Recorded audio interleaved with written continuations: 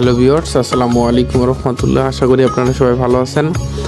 তো আজকে আপনাদের দেখাবো কিভাবে জারাবান হাইব্রিড ঘাসের জমি, শুকনো জমি কিভাবে প্রস্তুত করবেন।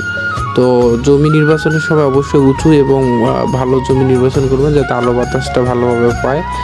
প্রথমে অবশ্যই প্রচুর পরিমাণে জৈব সার দিবেন, জমিতে প্রচুর পরিমাণে জৈব সার দিবেন। দেওয়ার পরে ট্রাক দিয়ে সুন্দর করে চাষ করে নেবেন যাতে জমিটা ঝুরঝুরে হয় এবং খুব সহজে চারা লাগানো যায় এবং খুব তাড়াতাড়ি শিকড় যেন বর্ধন হয়, এরকমভাবে জমিটা প্রস্তুত করে নেবেন যাতে খুব ভালোভাবেই আর কি ফলনটা দীর্ঘস্থায়ী হয়।